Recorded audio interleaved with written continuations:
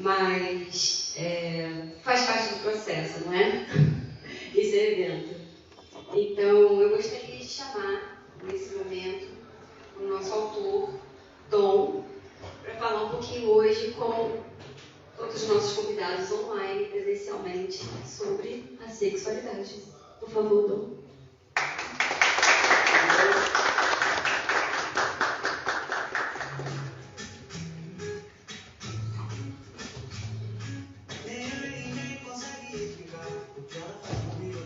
Olá, tudo bem? Teste som. Muito boa tarde a todos. É um prazer enorme estar aqui e recepcioná-los nesse evento. Tom, é um grande prazer tê-lo aqui no Rio de Janeiro, nesse lugar lindo, maravilhoso que é o Solar de Jambeiro. Agradeço também a todos que são presentes parceiros, Solar de Jambeiro, por receber aqui. E eu li a sua obra. Como mulher, acho que é importante a gente conversar sobre sexualidade e desmistificar um pouco sobre isso, na verdade. Nós estamos em uma outra era, onde a mulher já está empoderada o suficiente para dizer o que gosta e o que não gosta na cama, e que os homens em si virem com isso. Então, conta um pouquinho para mim sobre o porquê e de onde saiu esse insight. Exatamente, a ideia é exatamente essa, a gente abraçar ali esses pensamentos. E o que nós estamos fazendo aqui hoje é exatamente isso, quebrar tabu. O tabu ele é enraizado na sociedade de uma forma em geral. Ele é tão enraizado que a gente não sente ele. E o quebrar tabu é como se fosse o quebrar de uma lei externa, de tão enraizado que ele está. E os conceitos de sexualidade, ele é envolvido através de preconceitos, de diversas... O pessoal da produção briga comigo direto, gente. O microfone bem pertinho da boca. Então, esse conceito, né, ele é cercado de tabu, de anseios, né? E o que acontece? Para eu poder falar sobre sexualidade, eu começo nos anos 60, tá? No meado dos anos 60, com a pílula contraceptiva, né, que dá início à revolução sexual, mais voltada para o lado feminino, é claro. Então, nós temos uma geração onde ela, através de um conceito freudiano, que diz que sexualidade é igual à reprodução humana. Ou seja, nós temos 60, 70 e 80 com esse discernimento. O homem se satisfaz e a mulher somente para a reprodução humana. Submissa, né? Exatamente. Então a gente pega essa geração de 60, 70 e 80, tá? E a gente pula para a geração milênio, que é 90 e 2000. A característica da geração de 60, 70 e 80, com essa característica freudiana, que diz que sexualidade está ligada diretamente para a reprodução humana. E qual é a principal característica da geração milênio? O imediatismo. Essa geração é tudo na hora, é tudo muito rápido. Então eu criei uma teoria, podem botar no celular, isso não existe. Foi criado por mim, a primeira obra, está marcada aí. É a teoria Gap Sexuality. O que é isso? Nós temos a geração 60, 70 e 80 com a geração de 90 e 2000. Todo esse pessoal, todas essas gerações, essas duas gerações, são as que estão atuando sexualmente hoje. Então nós temos essa com o pensamento que a sexualidade é somente para a reprodução, e nós temos essa outra com o pensamento do imediatismo, aonde eu crio essa teoria, gap da sexualidade, mas conhecido também como lacuna da sexualidade. Eu botei gap para ficar bonito pelo seu novo, né? Americanizou um bocadinho. Então, eu crio essa teoria e eu tento, com a minha obra, né, tirar a mulher desse gap. Por que eu quero falar isso? Tirar. Sexualmente falando, numa escala de 0 a 10, somente uma certa quantidade de homens conseguem fazer com que a mulher chegue ao orgasmo. Satisfazer plenamente, né? Satisfação feminina. Eu coloco uma dúvida para vocês, eu peço aí para vocês colocar as casadas, manda amiga. Vai ter um momentinho. Quem não é casada, eu tenho a resposta disso, e também isso é uma enquete feita no Brasil inteiro. Inclusive, eu convido a quem está na live para participar, que depois a gente vai conseguir uma resposta em relação a isso. Eu estou contando com a galera da live para poder falar quanto, mais ou menos, é de homem que satisfez você na sua vida. Então, dentro dessa proporção, né, pasme, somente 3 homens conseguem fazer com que a mulher chegue à satisfação sexual, em um contexto geral. Por que isso acontece? Por causa desse gap sexual, por causa dessa geração e dessas 2 gerações que estão hoje atuando sexualmente. Vocês notaram que eu falei pode tirar a mulher desse gap? O que eu quero dizer com isso? Não adianta você pegar a minha obra e não entender ela, e não querer tirar a sua namorada, a sua ficante, quem quer que seja, dessa lacuna. Eu cito um clássico do filme da Alice no País das Maravilhas, onde ela está perdida, e ela está perdida na mata, na selva, e aí ela encontra o gato e ela pergunta: aonde vai dar essa estrada? E o gato fala: olha, tu quer ir para onde? Qualquer lugar. Qualquer lugar. E ele responde de volta: para quem está perdido, qualquer local é local. Qualquer estrada serve. Qualquer estrada serve. Então não adianta pegar um livro e não querer mudar aquilo. Não adianta não querer fazer aquilo. Eu fui questionado agora, por exemplo, por alguns aqui que chegaram e tal, me viram como palestrante, e falaram: você não está nervoso? Eu falei: não. Eu não concordo com a questão do vai com medo mesmo. Você vai, mas você se prepara para aquilo.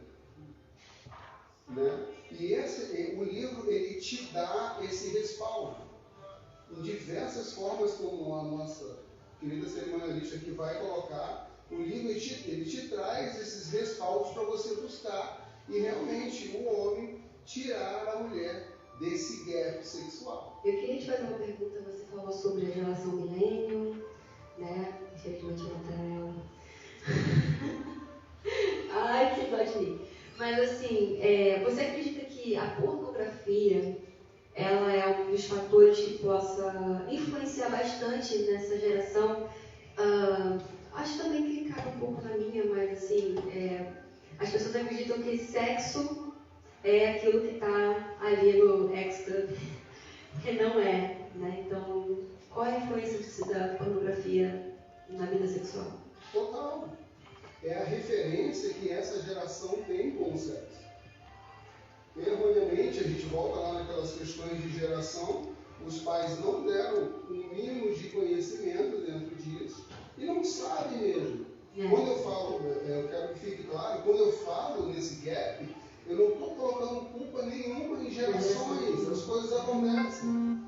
Cabe às pessoas que querem deixar um futuro melhor para a sociedade, para o mundo, fazer o que eu fiz. É uma questão também social. Exatamente, é entender o problema de uma sociedade e tentar resolver dentro disso, entendeu? Sim. Eu acredito que seja muito difícil. Eu estou vendo aqui que a maioria, né, do público é feminino, Então, acho que elas vão ficar felizes em escutar. E a gente sabe que também tirar o homem da zona do conforto é muito difícil. Às vezes até com o seu próprio parceiro, para você falar, olha, vai para cá, vai para lá, não tá bom aqui. De vez em quando lixa a unha e diz que amanhã tem que fazer as compras. Quem não, uma vez na vida não aconteceu, né? Então isso costuma acontecer e eu estou muito feliz em tê-lo aqui para poder nos ajudar a encontrar o caminho sem ser a Alice. Então, assim, falando sobre o homem e o quanto a gente está tentando dar chacoalhada, eu queria muito saber um pouco sobre essa questão de como o homem pode cuidar de si mesmo, sabe? Na questão fisiológica, na questão psicológica, aonde é que se encaixa no seu livro esse tratamento para o próprio homem? Que a gente fala aqui do sexo, mas tem que falar da parte física, né? Então, há diversos capítulos e diversas formas de ser dito isso, né? Na parte da saúde, eu trago um dado ali do SBU, da Sociedade Brasileira de Urologia, que ela diz que até 1000 homens perdem totalmente ou parcialmente o pênis porque não limpam após o ato sexual. Então, é um dado alarmante. Numa das minhas entrevistas na rádio, eu passei essa informação para o radialista. O radialista era um senhor de aproximadamente 65 anos. Ele falou, nossa, Dom, eu estou apavorado, um homem de 65 anos que não sabia disso. Mas por que isso, gente? A gente está dentro dessa sociedade que não ensina, que não passa, e como eu repito isso, não há culpa, né, de ninguém. É aquela que a gente fala agora, a gente está quebrando um tabu que vem das nossas avós, aí veio quebrando mais um pouquinho das nossas mães. Eu posso falar por mim, né, criada no catolicismo, se você ter, você que vai cuidar. Então, não se falava muito, não se fala, você aprende o que está na escola, e muito mal, porque às vezes eu vou falar a verdade, talvez você vá concordar comigo. A gente conversa muito sobre isso com os amigos. Claro, e são dois Zé Ruela falando sobre um assunto que não entende. Então, quando eu era mais jovem, papo de garotas e tal, falava, não, para fazer, hoje em dia você é sutil, tá? Mas ele não precisa. Para tocar lá o B da fita, usa xilocaína. Gente, acho que vocês sabem que xilocaína não vai dar certo, né? Manteiga. Então, a gente entra num quesito de a falta de comunicação e o risco da nossa saúde também, né? A gente entra nessa questão de amputação peniana, garotos, né, que tem a gente se houver uma nomenclatura melhor, que você fala comigo, a famosa fimose, né, que os judeus eles costumam tirar, né, quando é prepúcio, né, na verdade. Então, isso auxilia muito na limpeza, na higienização pré e pós-coito, né, porque a gente é que merece antes, né, limpinho. Eu também tenho num capítulo da limpeza e a importância da limpeza sem esse dado de saúde, mas voltado para o bem-estar, né? Também existe isso. E eu também tenho uma figura lá eu pedi autorização para a Secretaria de Saúde usar essa figura no livro, onde realmente tirei a figura e mostrou passo A, passo B e passo C ali da limpeza. Isso é muito legal. Eu li, eu vi, e aí fica uma pergunta. Para quem quer comprar o livro, né? Fica aí a pergunta. É um novo Kama Sutra? Olha, eu costumo dizer o seguinte, ele está mais voltado para um beabá, entendeu? Ele é mais um beabá da coisa. Eu sou muito questionado dessa forma nas redes sociais, Mas ele é um beabá porque os homens não conseguem ir pro beabá. Então tu imagina trocar de 43 vezes de posição. Não vai chegar lá, não vai chegar na terceira, eu sei que não. Gente do céu. A média do sexo brasileiro são 12 minutos, gente. Então, mano... Não se preocupa com o tempo, o importante é ser bom. Não fala que existe um dos tabus, né? Agora eu convido os homens a pensarem. Algum amigo de vocês falou assim, eu sou fraco sexualmente? Já duvido. Mas pode saber que a mulher depois fala nas amigas. Então, gente, o homem, ele não fala. E os dados mostram o quê? Dentro daqueles, né, que eu coloquei aqui, de 10 somente em 3. Há uma incoerência dentro disso. Há uma incoerência dentro disso. Então, eu convido os homens, de uma forma geral, a pensarem dessa forma que, será que eu não estou dentro desses 70%, desses 7%, né, dentro desses conceitos ali de 70%? Será que eu não sou parte disso? Vale a pena questionar, vale a pena conversar com o parceiro. Acho que a abertura é importantíssimo. Não é só o que deu match no Tinder, né? Mas com o parceiro em si, a gente tem que estar atento ao que o corpo diz. Ali tem uma parte que você fala sobre a leitura corporal, né? A leitura corporal é tudo. Leitura corporal é tudo, entendeu? Porque você, através dos atos que a pessoa faz, você está entendendo se é bom ou ruim, ou é mais ou menos a ação que você está tomando no sexo referente a isso. É uma das minhas dicas ali. Eu separo por dicas. Dicas 45, dica 48, dica 123. Dom, mas é tudo isso de dica? Não. A dica é sua. O sexo, ele é único. Mesmo com a mesma pessoa não é igual. Nunca, em hipótese alguma. Você pode ser casado com uma mulher há 20 anos, o sexo daquele dia, do dia 11 de setembro, não vai ser igual ao sexo do dia 12 de setembro. Você estava falando sobre a higienização e, enfim, eu queria entrar numa parte muito importante. Eu sei que a gente está falando de homens, mas também existe, fica atento às meninas, existe também a importância da gente saber cuidar da nossa florzinha, né? Então, isso é importante também para a saúde feminina. E eu sei que a gente fala sobre uma questão, a importância da saúde feminina, engloba o homem também. Claro. Sexo não é feito a um, sexo é feito a dois, claro. Na verdade. E a gente fala um pouco sobre preservativos e ISTs. Só queria fazer um adendo, né? Claro. Para quem é da minha geração, para trás, a gente chamava de DST, né? Agora, a gente faz uma pesquisinha, né, Dom? Virou infecção, não é a modernidade agora não diz que é DST. É uma infecção. Exato. E aí eu queria conversar com você sobre essa questão de popular o mundo versus cuidar da nossa saúde.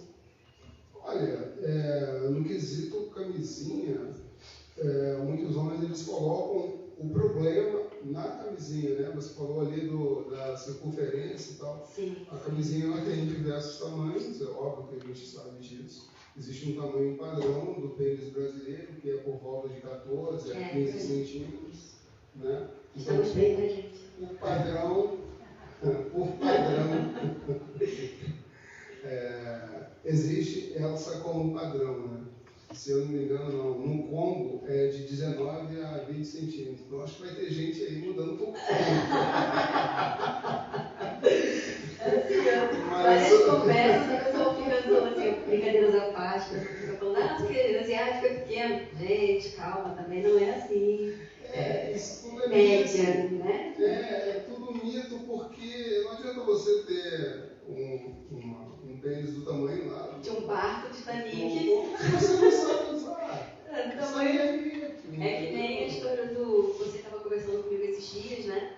Sobre se o tamanho do cara, se ele é bombado, se não é, se vai ter um desempenho sexual melhor. Absolutamente não. Absolutamente não. Eu lembro que eu tive uma namorada por volta de 2015, 2018, que ela era uma atriz da Globo. E aí ela me falou uma coisa que me marcou muito, que foi, poxa, Dom, a gente se dá muito bem, né, de diversas formas. Eu falei, pô, mas e aqueles caras lá da Globo, aquele pessoal todo que faz e acontece? Ela virou para mim e falou assim, tudo borracha fraca. Eu nunca mais, gente, esqueci. Borracha fraca, ela está confirmando aqui. Nunca mais eu esqueci essa expressão. Inclusive eu coloco no livro lá como parâmetro, né, que às vezes as pessoas colocam como parâmetro aquele corpo bonito, aquela diversas, né, o que a sociedade põe como bonito, né? Como perfeito, aquele corpo maravilhoso. Saradão, pode ser como a gente. Entendeu? E eles colocam isso como bonito, né? Mas não é isso. O pessoal está contando aqui. Tá longe. Mas eu achei legal essa expressão borracha fraca. Mas, assim, a gente sabe que o padrão de beleza beleza não põe mesa, né? Eu acho que beleza também não põe cama, né? E aí eu falo por experiência do meu marido, não é o Gianecchini, gente, mas eu amo meu marido, é o seguinte, eu acho que os feinhos, eles são os melhores, porque eles são muito dedicados a gente. Amor, desculpa, não é que seja feio, mas assim... eles se dedicam mais a te cativar, eles se dedicam mais, enfim, em diversos aspectos, né, da relação, e isso faz diferença. Então, eu acho que a gente deveria dar mais atenção, não é no rostinho bonito, somente, mas aí no espaço da personalidade. Eu acho muito legal esse papo que a gente está tendo, eu acho que está descontraído, não é? A gente está falando sobre um tema que normalmente as pessoas não levam a sério, eu acho que é pura sacanagem, mas vocês estão vendo aqui que não. Não existe exatamente isso. Eu sou muito questionado, voltando um pouco para o livro, né? Questionado o que é? Isso é um conto sexual? São histórias sexuais? É um novo Kama Sutra? Qual é o seu livro? O meu intuito, eu falo isso às pessoas, é simplesmente mudar o mundo. Simples dessa forma. É tirar as mulheres desse gap sexual que eu falei inicialmente e fazer com que elas possam ser felizes sexualmente. Algumas, de uma forma em geral, claro. Aquelas que estão abertas a falar sobre sexo. A gente precisa também dar um feedback para quem está com a gente, até porque assim, não tem como ler mentes, né? Exatamente. Voltando à questão do preservativo, eu achei muito legal e a gente comenta, né? Obviamente. Comenta sobre o preservativo feminino, que também não é muito divulgado, né? Sim, exatamente. Então, assim, não é desculpa. E hoje a gente pode, não, porque o homem ele coloca o preservativo como, não, mas se for dessa forma, não vai ser tão bom. Coloca isso na cabeça como se fosse um jogador de futebol. Imagine se todos eles jogassem de pé descalço. E quando botasse a chuteira, eu sou ruim de bola porque eu botei a chuteira. Não, ele é ruim de bola porque ele é ruim de bola. Fazendo uma analogia com o futebol, entendeu? Então, se eu tenho uma dúvida sobre isso, e gente, o interessante não é ter dúvida e ficar consigo a dúvida, é procurar aprender sobre o assunto, né? Isso é o legal de tudo, isso é o diferencial. E o Dom, ele mostra isso. Eu estou com dúvida na parte de preliminares. Eu baixo lá, eu vou ler só preliminar. Eu estou com dúvida na parte da saúde, o que eu posso fazer para me cuidar? Eu vou lá, leio só a parte da saúde. Então ele te dá essa diretriz dividido, rapidinho ali, tudo tranquilo. Entendi. Uma questão que as pessoas perguntam você trata de BDSM, fetiches no livro? Como é que é essa questão? Olha, eu acho que eu já falei isso anteriormente, inclusive, não falei isso anteriormente. Uma pessoa que está aqui, que veio falar comigo, falou, você está falando sobre o que no livro? Aí eu falei, olha, primeiro eu tenho que ensinar o beabá. Primeiro inicia-se pelo início, pelo começo de tudo, porque se a gente colocar que o homem ele não consegue fazer o início, como é que ele vai fazer algo a mais? Ah, o meu sonho é transar com 2 mulheres e eu. Você não dá conta de uma. Você começa bem com uma primeiro? Você não dá conta de uma. Mano, pensa. É mais fácil a gente se darem melhor e ele ficar sobrando, né? Aí o cara, o que eu faço? Fica pulando, pagando função, pulando polichinelo, fazendo polichinelo, porque não sabe o que faz. Né? E a preliminar começa aonde? O preliminar é no bom dia de manhã. Não é? Como é que você quer fazer aquele amor gostoso se você foi encarrá-lo com um amigo, né? Famosinho da gente. Essa questão foi dita muito bem colocada no podcast que eu fiz.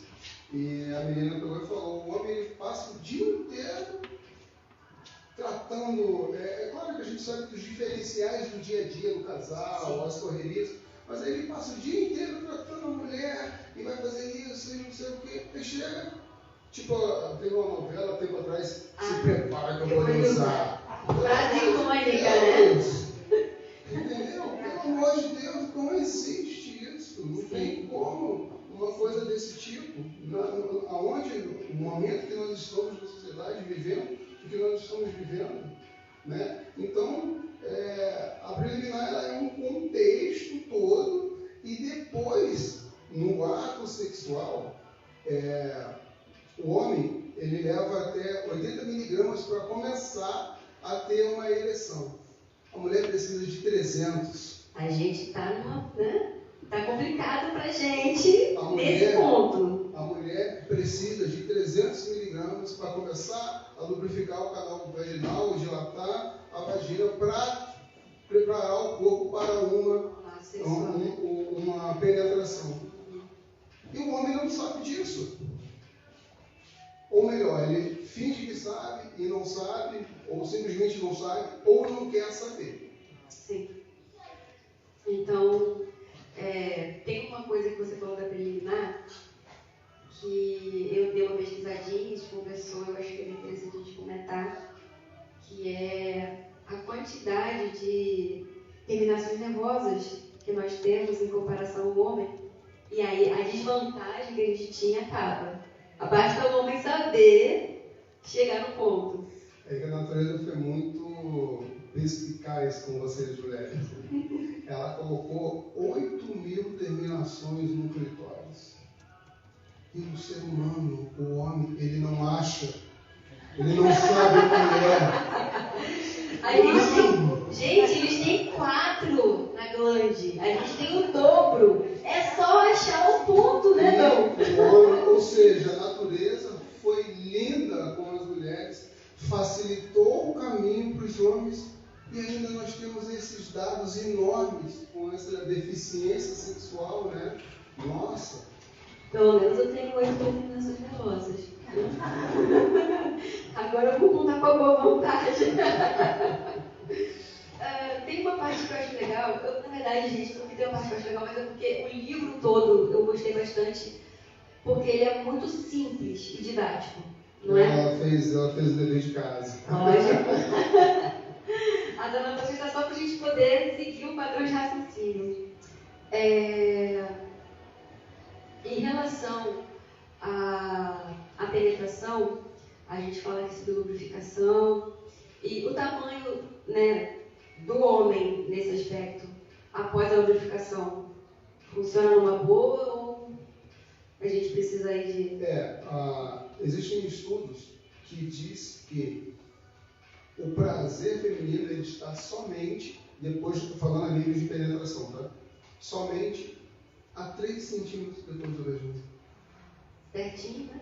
Gente, 3 centímetros.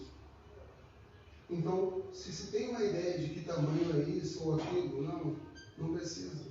E outra coisa, você comentou sobre as posições do Kama Sutra. Eu tenho posições no livro que eu indico para pessoas que têm um pênis, que supostamente acha que é pequeno ou que não... Se sente seguro e acha pequeno, seguro, que facilita com que a mulher, na posição que eu mostro lá, traz o colo do útero para mais próximo e dá uma ideia de grandiosidade maior no pênis do cara. Então, tudo isso está lá. Basta o ser humano saber e querer, né? Vamos contar a história da Alice, querer tudo isso. Né? A gente falando sobre as preliminares e tal, antes de a gente estar aqui hoje, eu vi muita preparação da produção, de todos que estão aqui.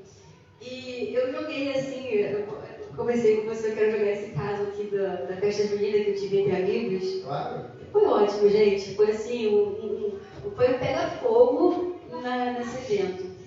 Porque eu estava falando, olha, eu vou fazer um evento, passa lá, vai ser legal. Ah, mas o que é?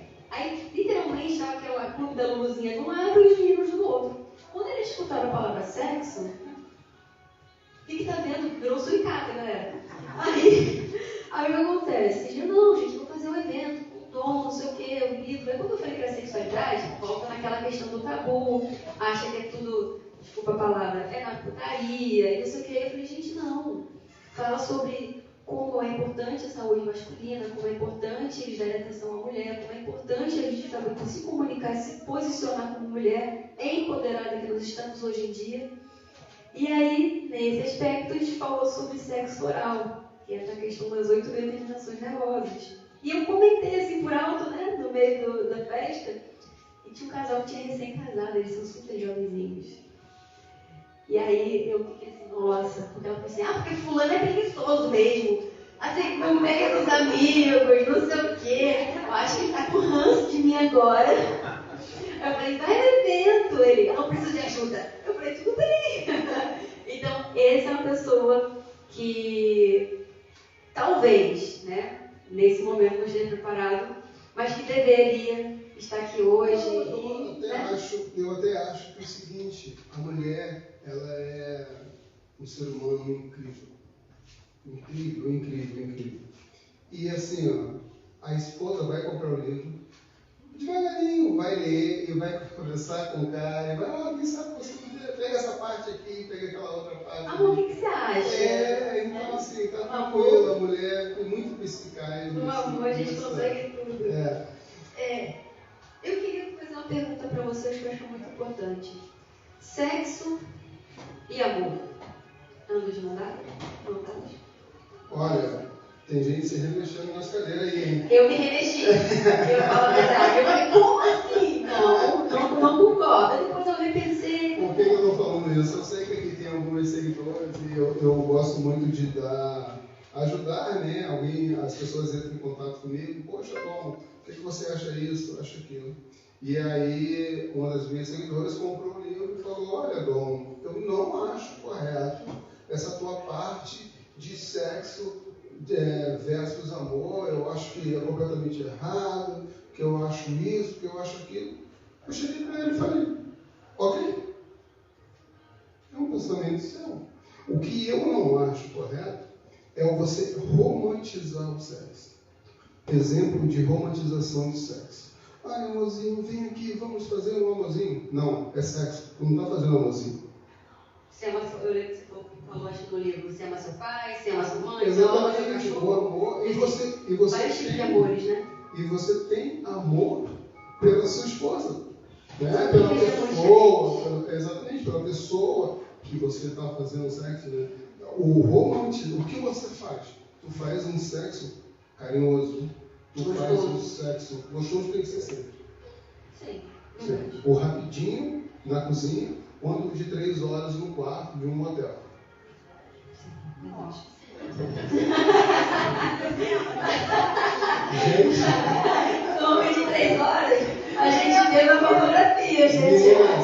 Tem uma pausa, né, Dom? Dorme um pouquinho, olha aí, um pouquinho, 550 de olha aí, que coisa legal. O 3 horas, entendeu? É exatamente isso. É um banho, é um período, Dorme um pouquinho, porque o homem, gente, é diferente da gente. O homem faz sexo e dorme, a gente faz sexo pra mim. Eu acordo, eu não posso fazer negócio de dormir, não, que eu acordo, gente. Eu vou pra maratona. O orgasmo ele tem situações para cada um, é muito específico. Uns dão sonolência, outros ficam mais ativos.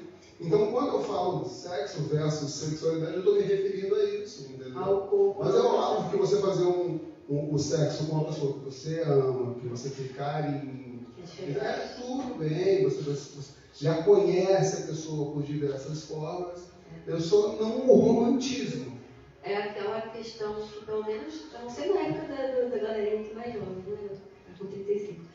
Mas eu já ouvia muito, tipo, faz comigo, essa é uma prova de amor. Meu amor, não é prova de amor não, porque tá contigo já não é prova de amor pra estar com você. E na época era tipo, vamos perder virgindade porque é prova de amor. Isso é uma romantização desnecessária. Né? Exatamente. É uma pressão psicológica que vai se você não faz esse determinado sexo comigo, é porque você não gosta de mim, pelo amor de Deus. Isso é uma violência psicológica, eu acho. E depois do sexo? Mesmo quando você tem aquele crush do Tinder que deu match, como é que a gente faz? Eu acho que é muito elegante, né? Isso é de todos os conceitos, né? Você ter ter um ato sexual, fazer sexo com a pessoa e simplesmente acordar com a roupa e ir embora, ou terminar com a roupa e ir embora. Né? A gente não é uma máquina, né? Em uma das minhas teorias ali, eu tenho a teoria dos 3 pontos. Então eu peço, quando eu falo, né, do pós-sexo, eu falo, usa essa teoria aqui, né? Utiliza essa teoria aqui, que isso aqui vai dar certo. Falando em uma teoria, tem uma coisa que eu lembrei aqui, que é a regra do 70-30. Eu fiquei curiosíssima sobre isso. O pessoal ficou me olhando assim, o que será a teoria dos 3 pontos? Eu falo, não tem problema. É uma pequena teoria que eu também criei, que no ato sexual você está sempre com 3 pontos encostados na sua parceira. Por que isso? Se um dos pontos que você tiver, você não está numa zona erógena dela, e você sempre observando, você consegue saber, esse ponto aqui ela gostou mais. Então é aqui que eu vou segurar mais, é aqui que ela sente mais. Observação que a gente falou. Exatamente. Né? E depois do sexo, propriamente dito, continue com essa teoria, fique 3 pontos encostando nela. São 5 minutos ali para acalmar as coisas. E a pessoa vai se sentir. Então, se você não for um cara bom, aquilo dali já vai te dar pontos depois. Pelo menos o cara ficou parado aqui um tempo comigo. Entendeu? Então, existe um mundo dentro da sexualidade. Né? E o nome do livro, ele diz muita coisa. Ele só fala, gente, desperte. Ele não fala ensina, ele não fala guia, ele só fala para você despertar sexualmente. E aí cada pessoa vai despertar da sua forma. Vai agregar os pontos colocados ali da sua forma. Não, eu acho que isso aqui não me serve, eu acho que não, isso aqui é legal, e assim a gente vai. Você estava tão compenetrado aqui que eu até acabei esquecendo de falar sobre alguns pontos. Mas, deixa eu dar uma olhadinha na nossa ficha. Pós-sexo. Eu acho que já está quase terminando de transar, né, gente? A gente chegou no pós-sexo. Viu como durou mais do que 15 minutos? Pois é. Viu? Então o livro tem. Na verdade, agora, a gente conversou sobre alguns pontos interessantes do livro, né? Eu acho que não adianta a gente contar tudo aqui, porque senão não tem graça. Na verdade, a gente está aqui para despertar o dom que tem dentro de cada um de nós.